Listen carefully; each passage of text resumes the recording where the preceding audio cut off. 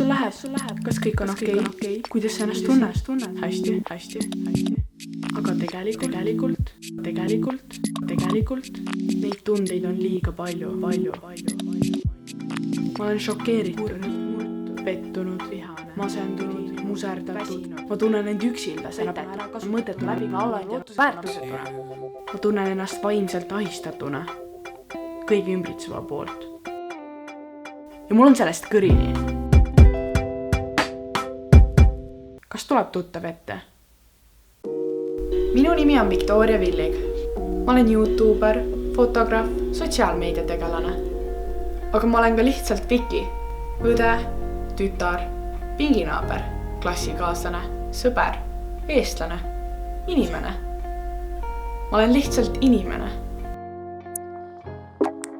Inimesed unustavad, et sotsiaalmeedia on nagu kaitseklaas, mis on igaühe ümber, olles seestpoolt läbipaistev, aga väljastpoolt tume. Teised näevad vaid seda, mida me oleme neile nägemiseks pannud. Me näeme vaid isiklikke saavutusi, erksaid hetki ja meeldejäävaid sündmusi. Aga kõik päris probleemid jäävad klaasi taha. Me ei räägi nendest avalikult ega pane kogu maailmale nägemiseks. Miks?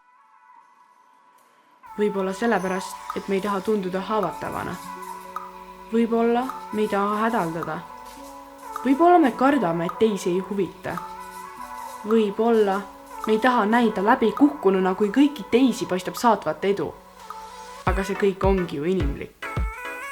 Kõikides nendes Instagrami kontodes ja YouTube'i kanalites, kus elu tundub peaaegu et ideaalne, ei ole see alati nii lilleline nagu näib.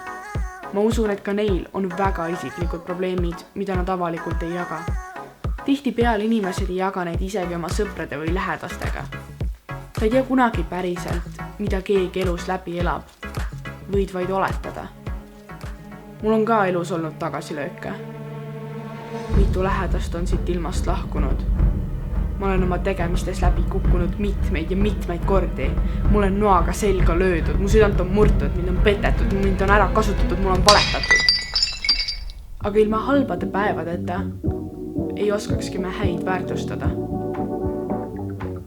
See on okei, kui alati ei ole kõik okei. Vahel ma tõesti tunnen, et ma olen nii madalale langenud, et siit enam madalamale minna ei saa. Aga ma lohutan ennast mõttega, et siit edasi läheb tee ainult üles.